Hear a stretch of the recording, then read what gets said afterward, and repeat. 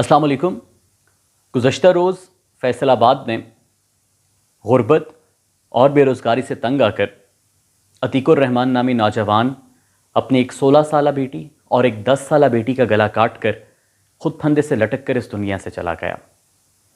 غربت، بے روزگاری،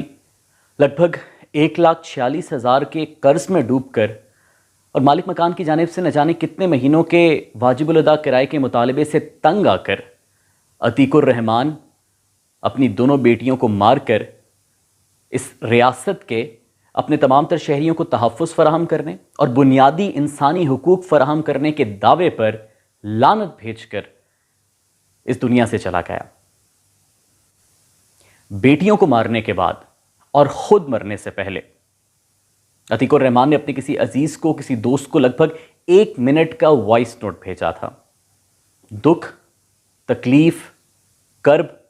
اس پورے نظام پر بد اعتمادی اور مایوسی کسے کہتے ہیں، اس 1 منٹ میں عتیق الرحمان کی آواز میں ان تمام چیزوں کو سمجھا جا سکتا ہے۔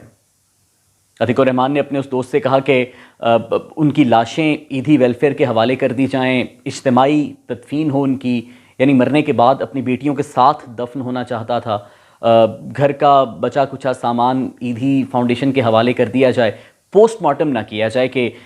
اپنی زندگی میں اپنی بیٹیوں کو جو تکلیف تھی وہ نہیں چاہتا تھا کہ مرنے کے بعد ان کی لاشوں کو بھی کسی تکلیف کے مرحلے سے گزرنا پڑے اور کسی رشتہ دار اور بہن بھائی کو تنگ نہ کیا جائے،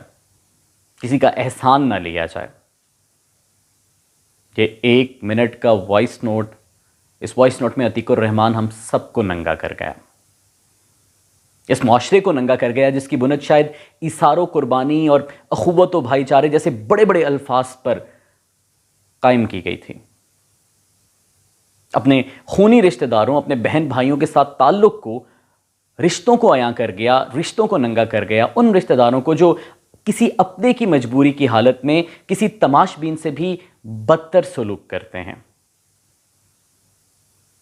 اس اصول پر عمل درآمد کو ننگا کر گیا کہ ہمسایوں کے حقوق اس قدر ہیں کہ اگر تمہارے گھر کو ایسا کھانا پک رہا ہو اور تمہیں لگے کہ اس کی مہک کسی ہمسائے کے گھر تک جا سکتی ہے تو پھر اس کو بھی اپنے کھانے میں برابر کا شریک ٹھہراؤ۔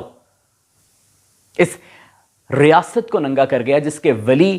فرات کے کنارے مرنے والے کتے کا ذمہ لینے کے واقعات کی مثالیں دے دے کر نہیں تھکتے،